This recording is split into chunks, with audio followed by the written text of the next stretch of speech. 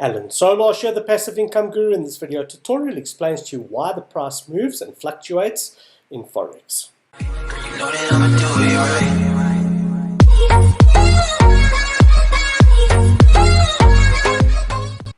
Right, so the price goes up and down all the time, but what actually influences and why does the price go up and down all the time? So the reason that the price goes up and down all the time is because this is a supply and demand business. So the more people that want the currency, the higher the price will go, and the less people that want the currency, obviously the converse will happen, and the price will then go into a short or a bearish, and will be a bearish. You'll be in a bearish type of market and environment. So what's interesting to note is that there are millions and millions of traders in Forex and on the market.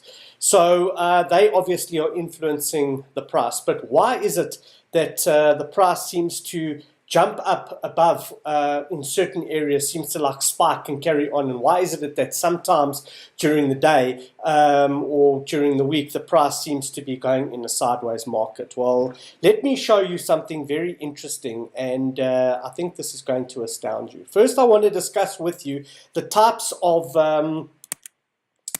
orders that exist in Forex. Firstly, there is the immediate execution. So when you're actually on your phone and you're about to trade, so let's do a trade, and you get to the screen over here, you can see that we have market execution, and that is when you enter the Forex market immediately. So you buy, and when you buy, you've already bought the currency. But if you touch over here on market execution on your phone, it opens up a drop-down menu, and you've got buy limit, sell limit, buy stop, and sell stop.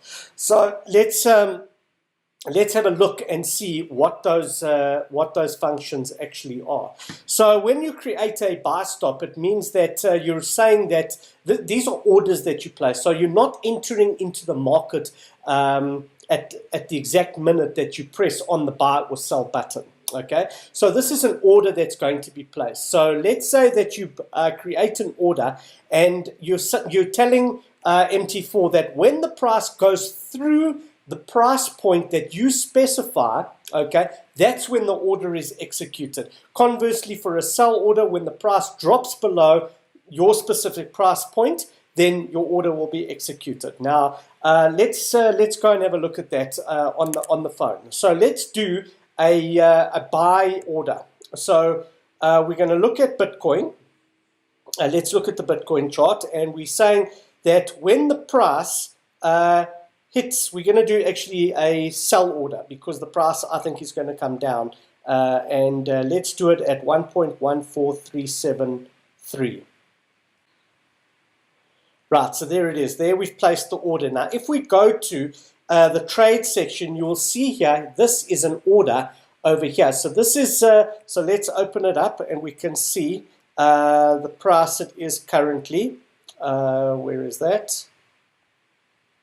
384. So it's on, the price is 143.373. So let's actually do it. Let's enlarge it. Let's go to 1 minute chart so we can actually see what the spread is.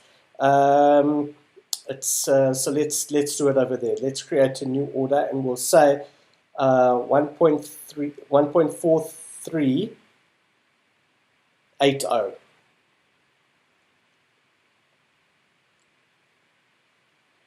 Right, so there we go. So there's the sell stop. Okay, we've created two, and if we drop it down, you can see the price. It's on 8.1, and when it gets to 8.0, the order will be executed, and it'll come to the top here. So it's gone up a little bit, so we'll just hopefully we can get there. But I think you get the point of what I'm the exercise I'm trying to show you. So what I'm saying to you is that this is the interesting part. So this is why the price fluctuates in certain places. It's because you have lots of these buy orders and sell orders on these moving averages. So so let's enlarge it so we can actually see what's going on. I'm just going to turn my phone to give you a better view here. So a lot of the people will place their orders a little bit above. Okay, so a lot of people will say, let's create a buy limit. So when the price touches the red line, or let's say you put your buy limit over there. Okay, so you put your buy limit here. So when the price comes down to here, okay, the order is executed. Even if it goes past here, okay, your order is still executed. So it's going down. If you've done a buy limit, that means you're expecting the price to go up, and the price carries on falling down. Obviously, you'll be in a deficit situation. You'll start losing money. But because it's on the 200 moving average, which is a key moving average, as I explained to you, a lot of people base their decisions on the 34, the 50, the 100, and the 200 moving averages.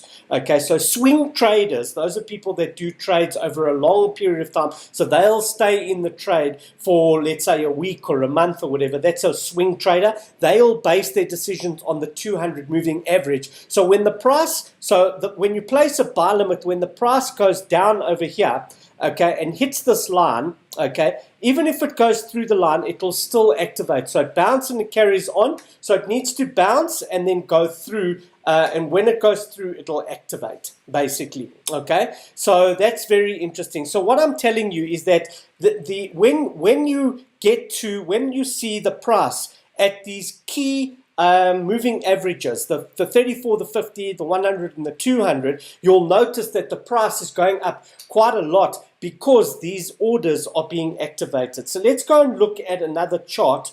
Let's go look at EJ and see if we can actually see any of these moving averages where we're close to.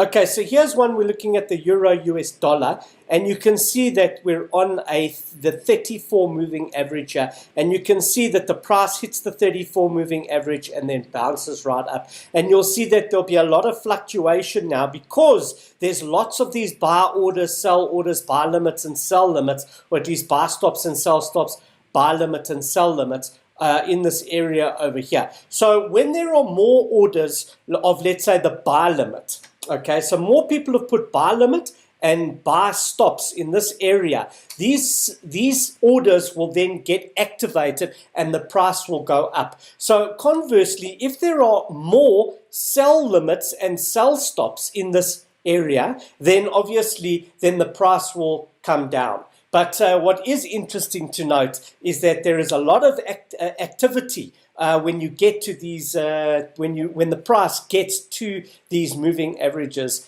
and we can't predict. Okay, our job is not to predict. Our job is to follow a strategy. The strategy is the doji, the 8 exponential moving average, and the stochastic to give us an idea. Okay, and using that strategy, in this case being below the 8 exponential moving average, but we're on a 5-minute time frame, it still works. Okay, we should theoretically be in a downward trend, but we need to look left to see if we're on a point of resistance. And as you can see, a point of support or a point of resistance. And as you can see, we are basically at a point of support and resistance. There it is. So there it is. It's quite interesting to note that the price touched the line over here, which is the 34 moving average, and then it bounced all the way up. Okay, so we could be in a retrace. No one knows. But at the moment, we're in a downward trend.